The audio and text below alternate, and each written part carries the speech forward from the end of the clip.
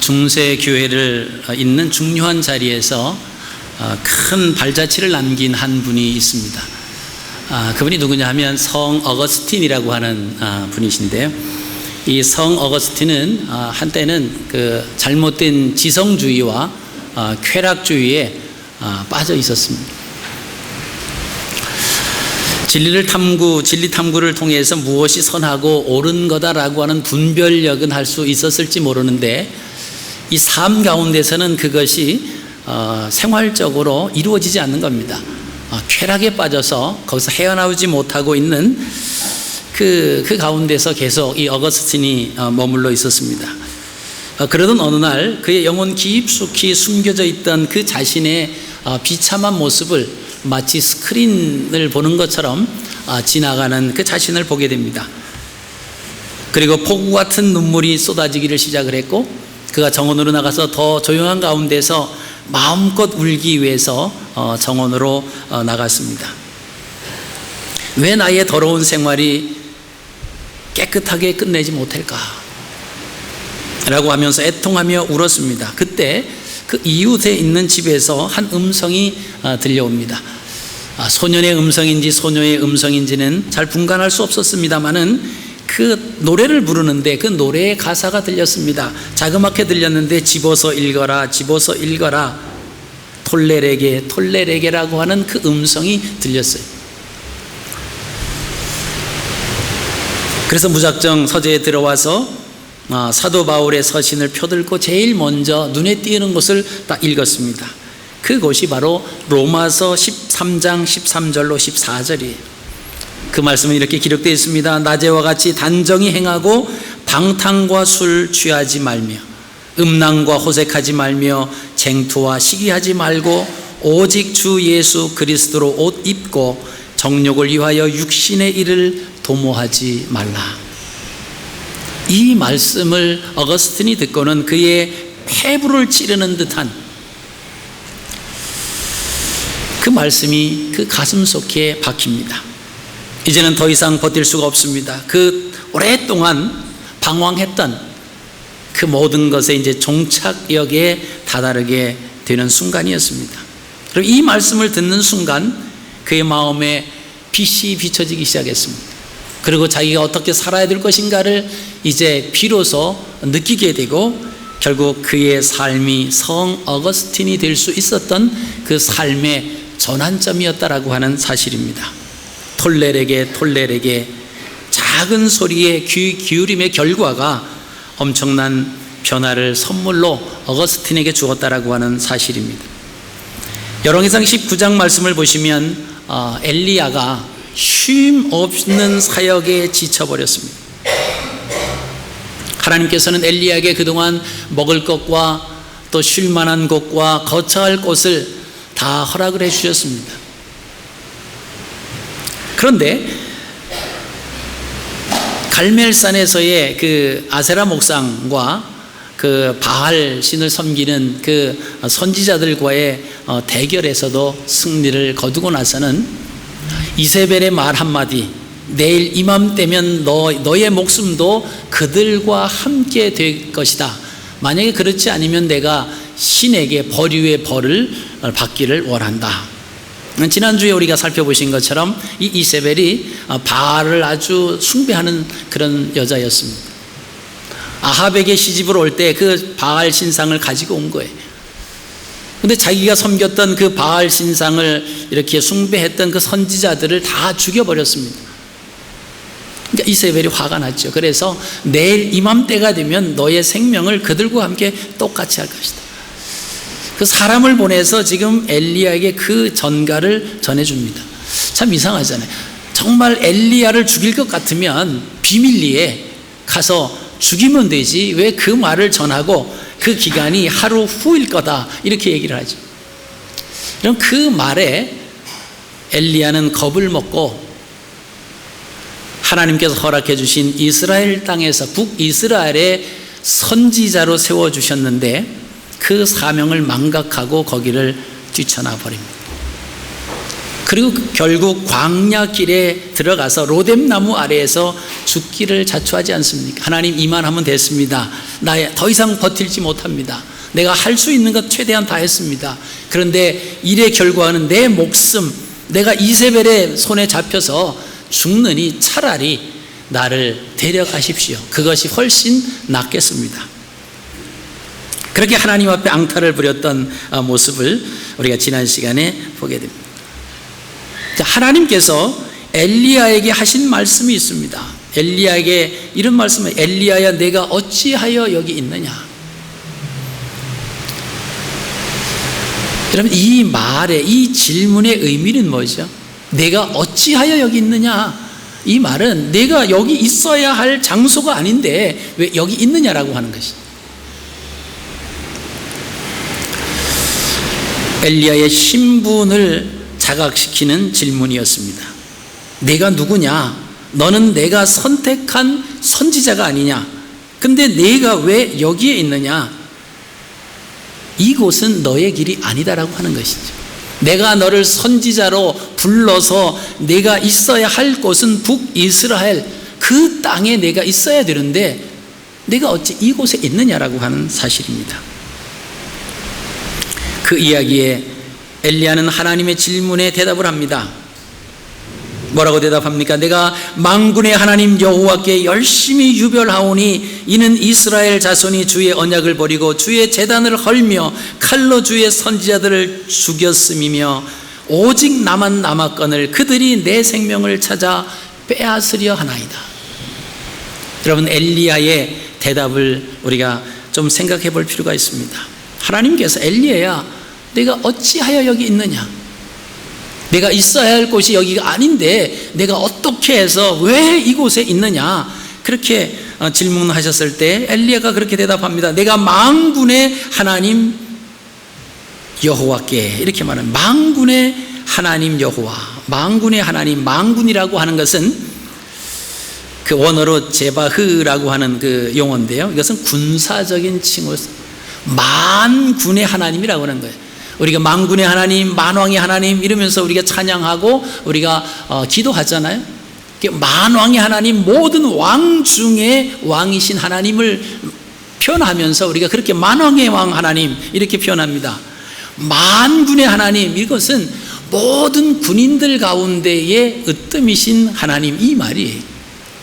그러니까 만군의 하나님 여호와, 이렇게 엘리야가 표현했다라고 하는 것은 하나님이 정말 군인과 같은 강한 기백과 그 전쟁에 능한, 군인 하면은 전쟁하고 연결이 되잖아요.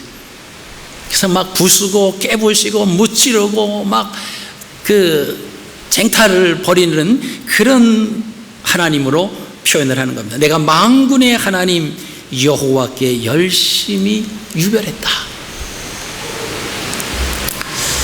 자기의 열정이 매우 많았다라고 하는 것입니다. 만군의 하나님 여호와께 나의 열심이 아주 많았습니다. 나의 열정이 많았습니다. 그런데 지금 결과적으로 보면 나 혼자만 남았습니다.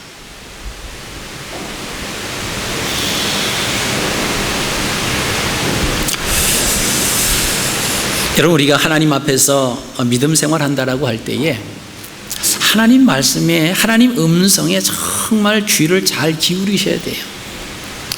내 마음대로 하면은 안 되죠. 여러분, 이스라엘 백성들을 애굽에서 430년 동안 살다가 이제 마지막 부분에 가서는 그들이 애굽에서 아주 귀찮은 존재가 됐습니다.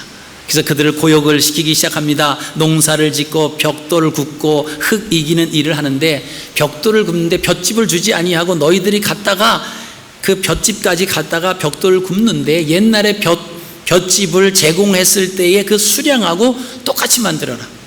너희들이 지금 보니까 지금 불만을 표한다라고 하는 거죠. 애굽에서 보니까 뭐 여호와께 가서 제사를 드리고 온다는 등 하나님을 경배하고 와야 된다라고 하는 그 얘기를 하니까 너희들 배가 부르구나, 그 말이에요.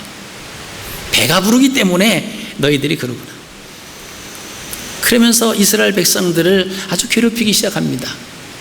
이스라엘 백성들은 더욱더 하나님 앞에 부르짖었고 그 부르짖음이 하나님 앞에 상달이 됩니다. 그래서 모세를 통해서 이스라엘 백성들을 애굽으로부터 이끌어냅니다. 그것을 기록한 것이 출애굽기. 우리 성경 두 번째에 나오는 창세기 다음에 나오는 게 출애굽.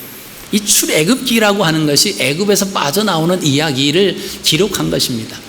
거기 보면은 모세가 이스라엘 백성들을 이끌고 나갑니다. 40년 동안 광야 생활을 하는데요, 처음에 왔는데 마라의 쓴물이 만나고 그 다음에 또 얼마 있다가 만나와 메추라기를 통해서 그들을 먹이십니다. 그리고 그들이 물이 없자 하나님께서 반석을 쳐서 물을 내라고 말씀하십니다. 그리고 이제 40년이 거의 차갈 때에 지금의 그 요르단 지방입니다. 거기 무리바라고 하는 그 지역에 이르렀을 때 백성들이 또 물이 없다고 원망을 합니다. 그때 하나님께서 모세에게 그렇게 말씀하십니다. 내가 이 반석을 명하여 물을 내라. 전에는 반석을 가지고 있는 지팡이로 쳐서 물을 내라고 하셨고, 이번에는 반석을 명하여 물을 내라고 하나님이 모세에게 말씀을 하십니다. 근데 모세가 근 40년 동안 하나님의 놀라운 역사하심, 하나님의 베풀어 주신 은혜를 통해서 살아왔음에도 불구하고 이 백성들이 조금만 불편하면 원망하는 겁니다. 하나님의 은혜를 그토록 많이 받았는데 그 은혜에 감사할 줄 모르는 거예요. 그리고 또 배가 또 물이 먹고 싶다고 또 막 원망을 합니다. 하나님께서 반석을 명하여 물을 내라고 말씀하셨습니다. 모세가 어떻게 하죠? 가지고 있는 지팡이로 반석을 2번 두들겼다고 성경은 기록하고 있습니다. 하나님께서 모세를 향해서 내가 나의 음성에 불순종했다고 말씀하십니다. 결국 그 사건 때문에 모세는 가나안 땅에 들어가지 못합니다. 가나안 땅에 들어가지 못했다라고 해서 천국에 들어가지 못했다라고 하는 것은 아닙니다. 모세의 사명이, 모세가 태어나서 한 번도 사실 가나안 땅 밟아보지 못했습니다.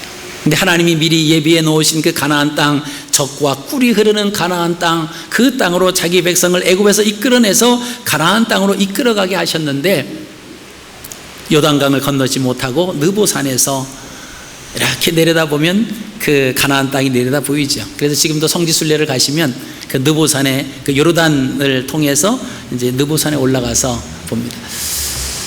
지금도 맑은 날씨가 되면은 그 이렇게 예루살렘이 보여요.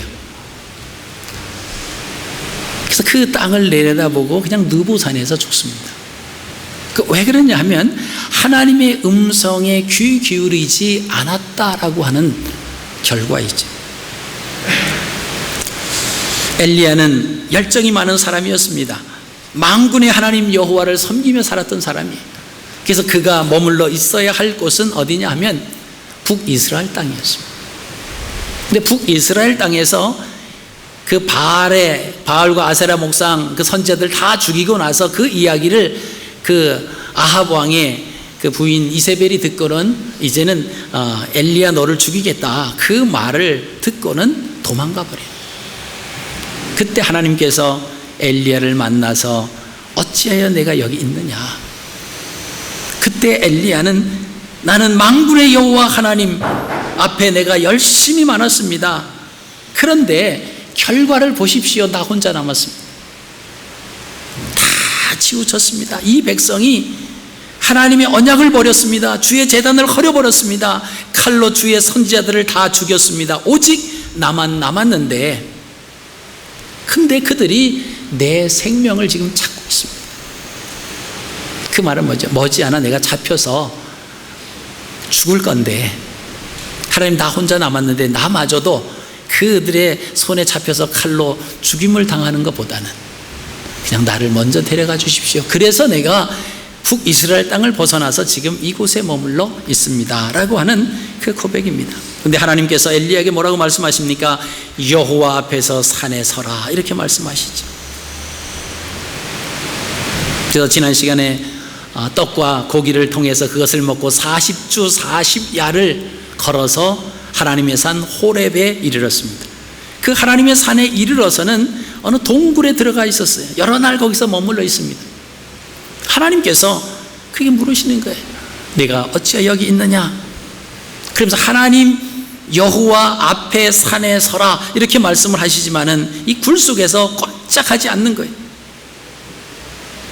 이세벨의 내 생명을 취할 것이다 라고 하는 그 말과 하나님께서는 너는 나가서 하나님의 산 앞에 서라 라고 하는 대조적인 그런 말씀임에도 불구하고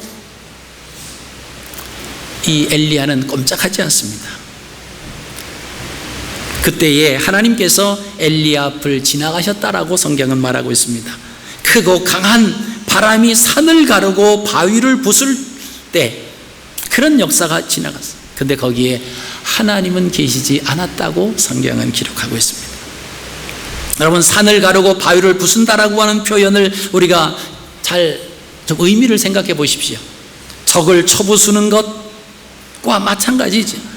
만군의 하나님, 전쟁에 능한 그런 군인들을 다스리시는 하나님의 모습은 강한 바람과 같이 산을 가르고 바위를 부수는 그런 놀라운 역사를 가지신 하나님일 거라고 엘리야는 믿었지만은 거기 말씀을 보니까 그런데 하나님은 거기 계시지 아니했다 이렇게 표현하고 있습니다.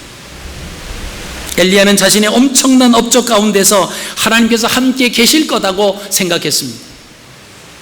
갈멜산에서 바알과 아세라 목상 850명 대 1의 멋진 대결을 통해서 그 선지자들을 다 죽여놨으니까 이제는 하나님께서 그 가운데 계셔서 엘리야의 그 업적을 높이 들어주시며 이스라엘 백성들이 이제는 전부 다 회개하고 하나님 앞에 돌아올 줄로 알았는데 이스라엘 백성들은 움직이지 않았다라고 하는 거예요. 만군의 하나님을 믿었는데 그것이 그 가운데 하나님은 계시지 않았다라고 하는 것을 지금 하나님의 산 앞에서 지금 강한 바람이 산을 가르고 바위를 부수는 그 환경을 통해서 엘리야에게 보여주시는 겁니다. 그 이후에는 지진이 일어났습니다. 그런데 지진 가운데에서도 하나님은 계시지 않았습니다. 땅이 흔들리고 얼마나 하나님의 놀라우신 능력의 역사가 일어날 것 같았지만은 그 가운데서도 하나님은 계시지 않았다고 그랬습니다. 그 다음에 불이 지나갔습니다. 이 불이 어떤 불인지는 자세히 설명되어 있지 않습니다만은 아마 천둥, 번개 이런 것을 내성을 동반한 아마 이런 불이었을 수도 있습니다. 얼마나 두렵고 우리가 천둥을 치고 막 벼락을 치고 그러면 두려워하죠. 그런 불이 지나가요. 이런 가운데 하나님이 계시겠다 그렇게 생각을 했지만은 그 가운데에서도 불이 지나가는데도 하나님은 계시지 아니했다라고 하는 것입니다. 근데 그 불이 다 지나가고 나서 이어서 세미한 음성이 들려왔다라고 하는 거예요. 여러분, 이 세미한 음성이라고 하는 것은 조용하고 아주 작은 소리다라고 하는 것입니다. 바알 종교를 믿는 사람들은 강풍과 지진과 불을 통해서 자연 현상을 통해서 그들의 신이 강함을 나타난다고 믿고 있었습니다. 그런데 전능하신 여호와 하나님은 오직 조용하면서도 작은 목소리로 자신을 드러내 주셨다라고 하는 것입니다. 여러분, 우리가 기억할 것은 구약 성경에서도 하나님이 나타나시는 그 현현하는 현상들이 있었습니다. 때로는 자연현상을 통해서 나타나셨습니다. 그러나 자세히 보면은 그런 자연현상, 어떤 불과 구름과 바람과 같은 일이 일어난 후에 하나님은 나타나셨습니다. 그런 지진과 함께 하나님이 나타나서 말씀하시지 않았습니다. 그런 현상들, 자연과 하나님은 구별되는 거죠. 하나님은 그런 모든 자연을 다스리시는 전능하신 하나님이시죠. 그러면서 그들에게 조용하면서도 부드러운 어조로 말씀을 하시는 겁니다. 엘리야는 불로서 재물을 살랐고 비가 오게 함으로 가뭄이 그치기도 했습니다. 사실 이런 것으로 인해서 하나님이 함께 자기와 하실 것으로 생각했습니다마는 그러나 하나님은 거기에 계시지 아니했다라고 하는 것입니다. 세미한 음성이 들렸을 때 엘리야는 하나님의 소리를 듣고 겉옷으로 자기 얼굴을 가렸습니다. 그리고 그제서 일어나서 그 하나님의 앞에 산 앞에 서게 됩니다. 그때 다시 하나님께서 그에게 질문을 하십니다. 엘리야야, 내가 어찌하여 여기 있느냐? 근데 엘리야의 대답은 첫 번째 대답과 똑같습니다. 그것은 아직까지 엘리야가 변하지 않은 마음이에요. 자기 위치, 자기가 서 있어야 할 곳, 자기가 머물러 있어야 할 곳이 어딘지 아직 모르고 있었다라고 하는 겁니다. 그러자 하나님은 엘리야에게 말씀을 통해서 새로운 사명을 주시게 됩니다. 엘리야가 고집을 굽히지 아니하는 것을 보시고 하나님께서 엘리야의 고집을 꺾어버리고 내가 있을 곳이 여기가 아니고 다시 북이스라엘이니까 그곳으로 돌아가라, 이렇게 강압적으로 말씀하시지 아니했다라고 하는 것입니다. 여러분, 하나님의 사역은 억지로 되는 것이 아니에요. 자원해서 기쁜 마음으로 순종할 때 하나님의 역사하심이 일어나는 줄로 믿습니다. 자, 하나님은 엘리야의 그 판단을 존중히 여기셨습니다. 그러면서 이렇게 말씀하세요. 너는 내 길을 돌이켜 광야를 통하여 다메섹에 가서 이르거든 하사엘에게 기름을 부어 아람의 왕이 되게 하라. 자, 왜 이스라엘로 가게 하지 아니하시고 이방 나라 아람 나라로 가서 그 하사엘에게 기름을 부어서 그 아람 나라의 왕이 되게 하시는 것 같아요. 그럼 왕이 되기 위해서는 기름 부음이 있어야 됩니다. 그래서 이방 나라 그에도 그러한 습관들이 있었어요. 근데 북이스라엘의 선지자가 아람 나라에 가서 지금 하사엘이라고 하는 사람에게 머리에 기름을 붓고 아람 나라의 왕이 되게 하라라고 하는 것입니다. 엘리야가 머물러 있어야 할 곳은 북이스라엘 땅입니다. 근데 북이스라엘로 바로 가지 아니하고 아람 나라에 가서 하사엘에게 기름을 부어서 아람 나라의 왕이 되는 것을 보게 하시는 거예요. 그리고는 다시 님시의 아들 예후에게 기름을 부어 이스라엘의 왕이 되게 하시는 겁니다. 아합 왕에 이어서 이제 예후에게 가서 기름을 부어서 아람 왕, 북이스라엘 왕이 되게 하는 그 역사를 보게 하십니다. 그리고는 또 마벨 무할라 사밧의 아들 엘리사에게 기름을 부어 너를 대신하여 선지자가 되게 하라. 하사엘의 칼을 피하는 자를 예후가 죽일 것이요 예후의 칼을 피하는 자를 엘리사가 죽이리라. 그러나 내가 이스라엘 가운데 7,000명을 남기리니 다 바알에게 무릎을 꿇지 아니하고 다 바알에게 입맞추지 아니한 자니라. 하나님은 엘리야에게 길을 돌이키라고 말씀하십니다. 내가 가고자 하는 그 길이 아니라 하나님께서 지시하시는 그 길로 가라라고 하는 말씀입니다. 엘리야는 이미 자신의 사역지 곧 북이스라엘 땅을 하나님의 음성 없이 무단 이탈을 한 가운데 있습니다.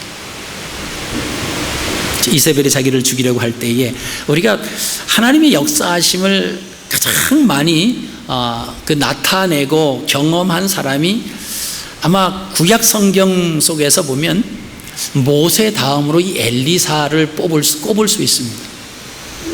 그토록 이 엘리야입니다. 엘리야는 무슨 일이 있을 때마다 하나님 앞에 무릎을 꿇었어요. 그리고 하나님 앞에 여쭙던 그 사람입니다. 그런데 갈멜산 산에서의 그 놀라운 역사가 그때부터 잘못됐어요. 850명과 하나님이 대결을 해서 그들을 모조리 죽여라. 하나님은 그렇게 말씀하지 않았습니다. 단지 하나님께서 엘리야에게 내가 아합에게 나가라. 아합에게 가서 이제 이 땅에 3년 반 동안 비가 오지 아니했는데 이제 이 땅에 다시 비를 내릴 거라고 가서 선포하기 위해서 아합을 만나라고 하나님께서 엘리야에게 말씀해 주셨고 엘리야는 그래서 아합을 만나게 됩니다.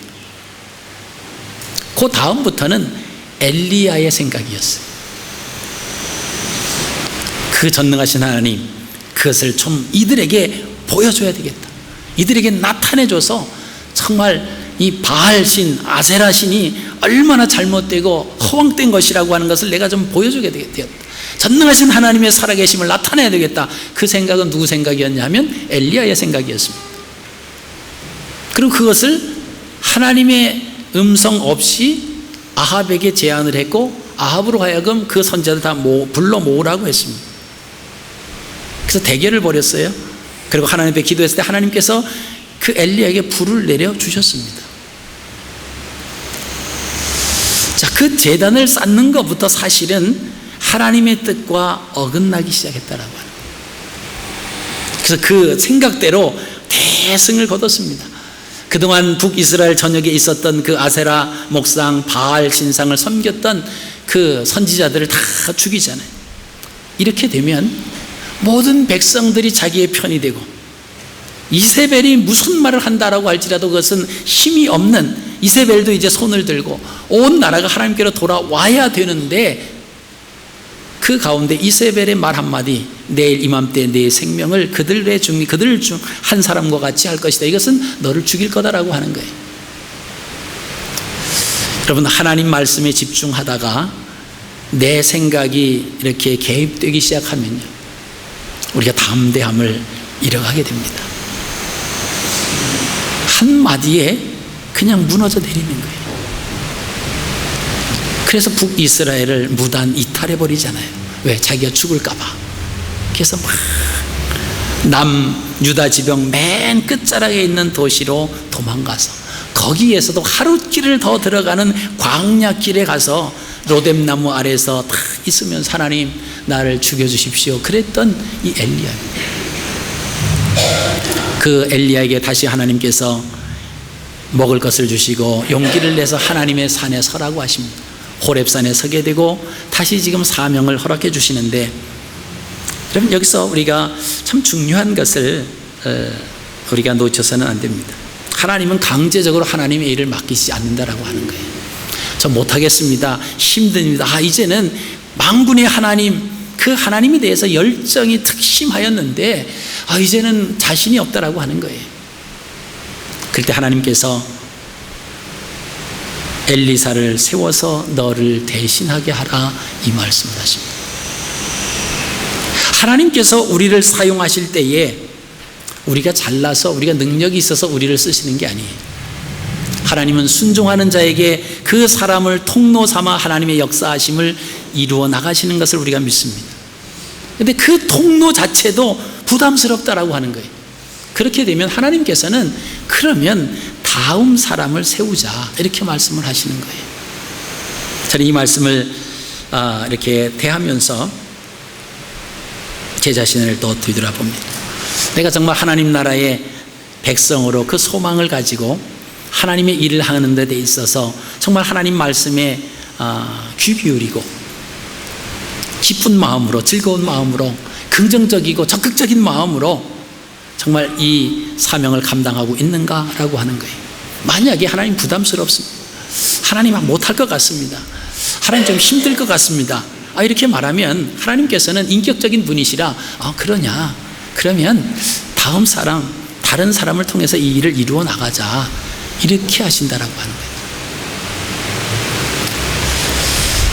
저는 행여나 제가 꿈속에서라도, 그렇죠, 우리 마음이 꿈속에서도 나타나잖아요. 꿈속에서라도 하나님 저 목회 못하겠습니다, 하나님 누가 힘들게 해서 목회 못하겠습니다, 꿈속에서라도 그러면 하나님께서 그 꿈속에서 부르짖는 소리를 또 들으시고, 그래 그럼 다음 사람, 다른 사람 시키지, 그렇게 하실까봐 때는 두려운 마음이 있어요.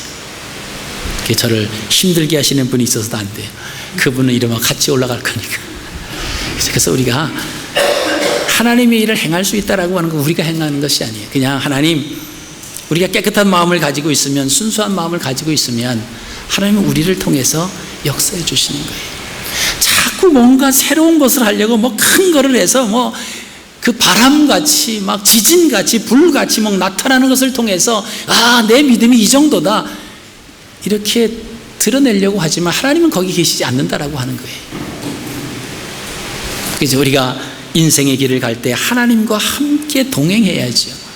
하나님의 이름을 빙자해서 내가 나타나려고 하고 내가 드러내고 내가 뭔가 대단하다라고 하는 것을 사람들에게 보이려고 하면 거기에는 하나님이 계시지 않는다라고 하는 것입니다.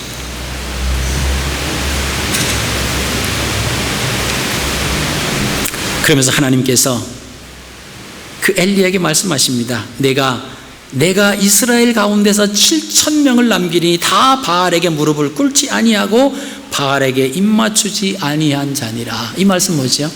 너는 생각해, 하나님 나 혼자만 남았어요, 그러는데 아니야. 너 말고도 7,000명이나 있어. 여러분, 우리만 있다고 나만 힘들다고 생각하지 마세요. 나만 못한다고 생각하지 마세요. 나 혼자 믿음 안에 올바로 경건하다고, 이것은 교만이 될 수 있습니다. 하나님은 감당할 시험 밖에는 우리에게 주시지 않는다고 그랬어요. 감당할 수 없을 때는 하나님께서 피할 길을 허락해 주신다고 말씀하셨습니다. 어떤 분들 만나면 그렇게 말씀하죠. 호주의 이민 삶이 얼마나 힘들지 몰라요. 인생이 고달프지요. 그렇게 말하는 분이 있으면요, 그 이상 대화를 진행하지 마세요.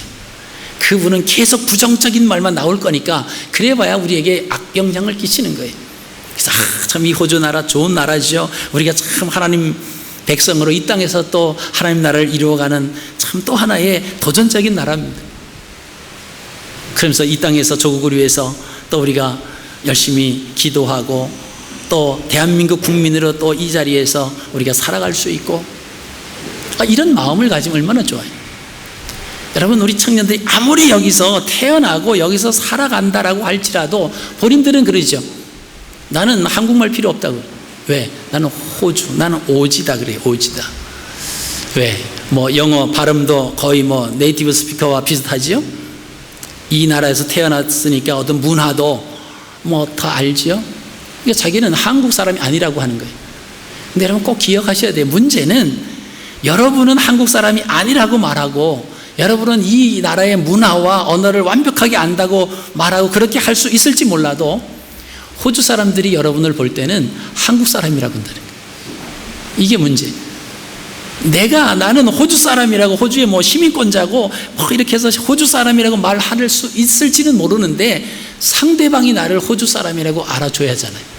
근데 한국 사람이라고 우리에게 말한다라고 하는 거예요. 그게 문제예요. 그러니까 여러분은 어찌됐든 죽었다가 깨어나도 한국 사람입니다. 이 땅에서 2세, 3세, 4세 계속 뭐 5세라고 할지라도 상대방이 나를 호주 사람으로 알아줘야 되잖아요.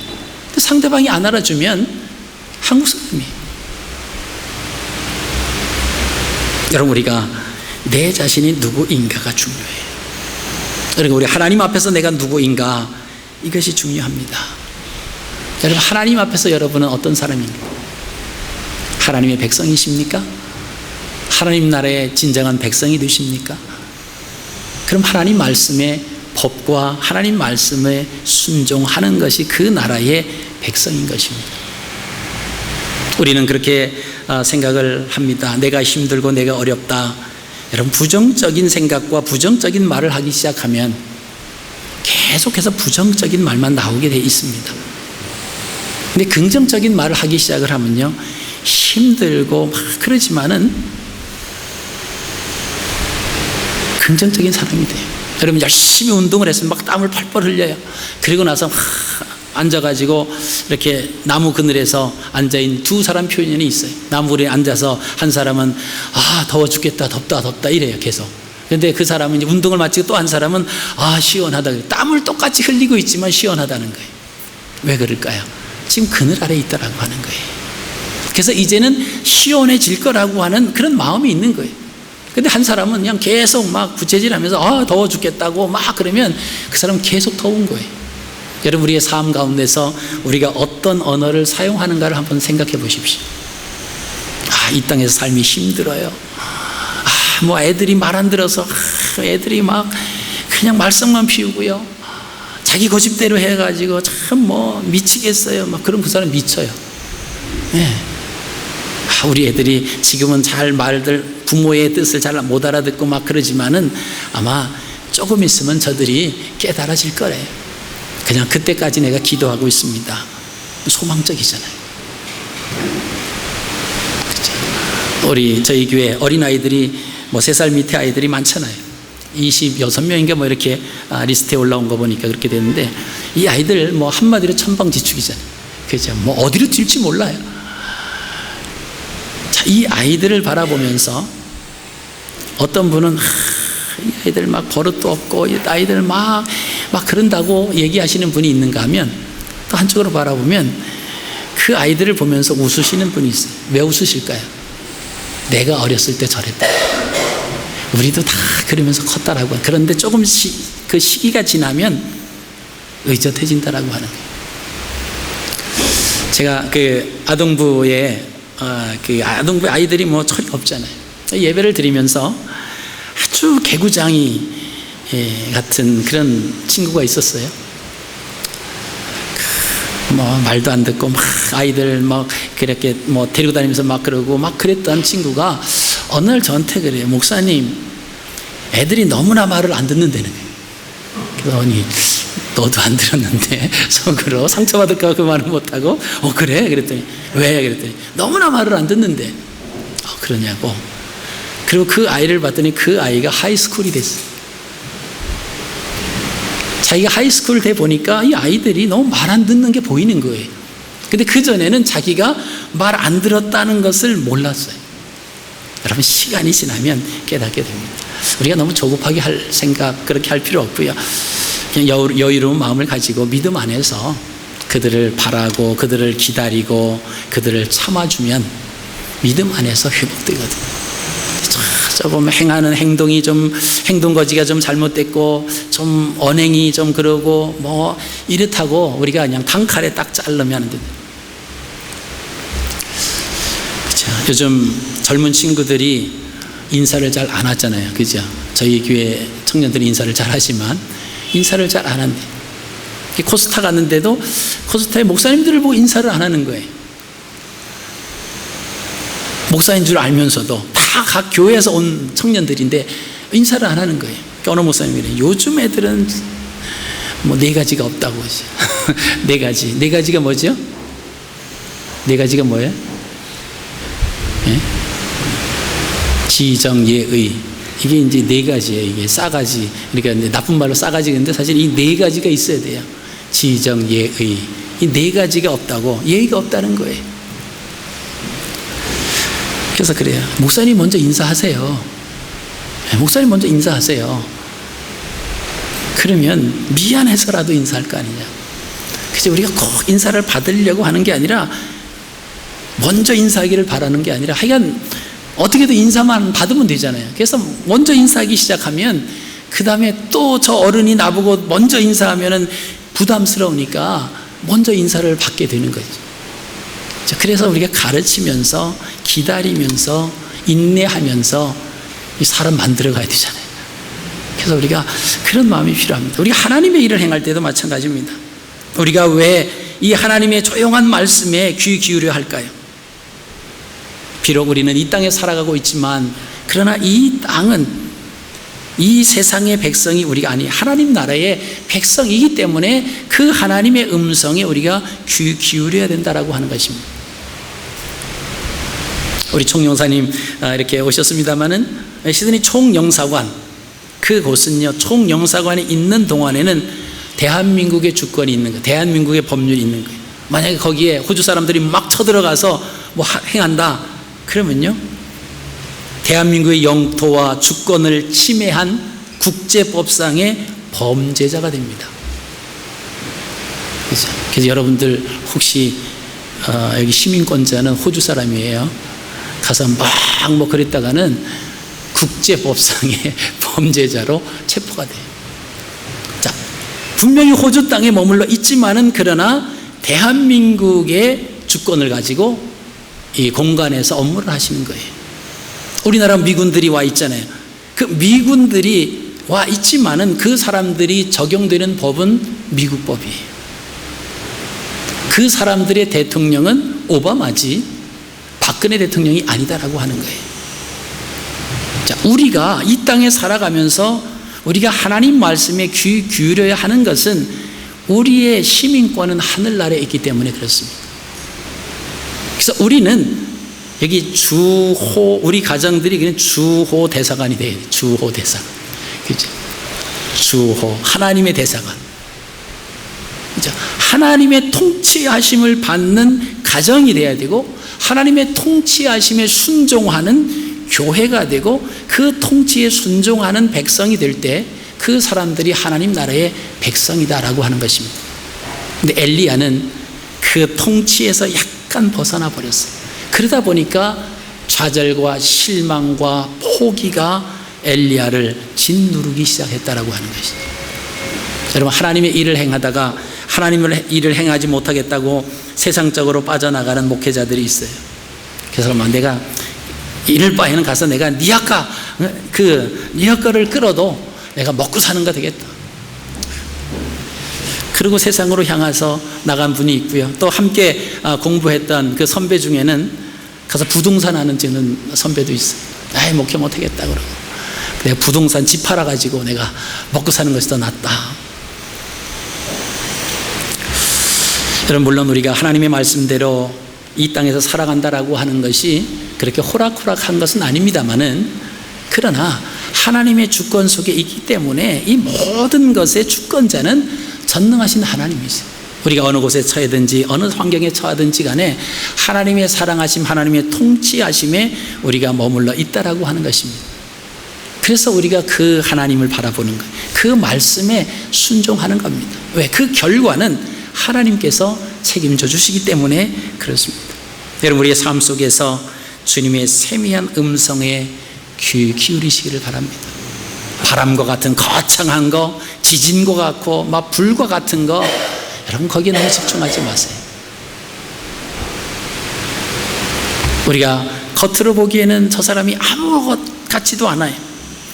어제 우리가 재직 세미나 하면서 성막에 대해서 함께 나눴는데, 성막을 덮는 그 덮개 중에서 맨 겉에 있는 것이 해달의 가죽이 있잖아요. 거무틱틱한 것으로 아무 볼품도 없고 모양도 없는 것으로 덮여져 버린, 세상 사람들은 그것을 보고 저기에 무슨 선한 것이 있느냐 비판하는 거예요. 왜? 별 볼 일 없는 것처럼 보이니까 우습게 여기는 겁니다. 그래서 막 비판하는 거예요. 여러분, 그리스도인들이 세상 사람들이 볼 때 대단해 보이는 것이 아닙니다. 그들이 볼 때는 하찮아 보이는 거예요. 참 할 일도 없다, 일주일 내내 일하고 그저 또 이 주일날 일찍 일어나서 교회 가서 하루 종일 사냐, 참 정신 나갔다.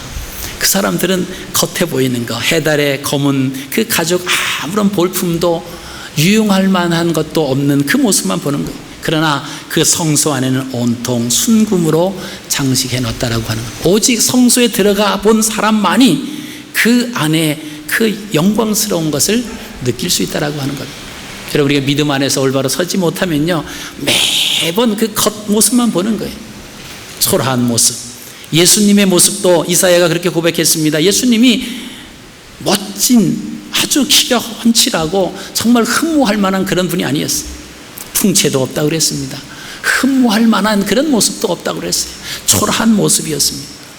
그러나 그 예수님 겉에는 그런 모습으로 사람들에게 비춰졌을지 몰라도 예수님께서 하늘나라를 선포하시는 그 놀라운 능력, 내면적인 능력을 알지 못하면 한낱 계속 초라한 모습으로, 그래서 그분을 우습게 여기고 그분을 십자가에 못 박는데 동참을 할 수밖에 없다라고 하는 것이죠. 여러분, 하나님의 그 세미한 음성을 들으시길 바랍니다. 그 음성 속에 우리의 사명을 다시 부릴듯 일어나게 해주십니다. 어느 곳에 있든지 무슨 일을 행하든지 다시금 일어나서 다시 그 사역지로 돌아가게 하시는 그 하나님의 음성을 들으시고 2014년도 믿음으로 승리하시는 저와 여러분들의 삶이 되시기를 주님의 이름으로 축복합니다. 살아계신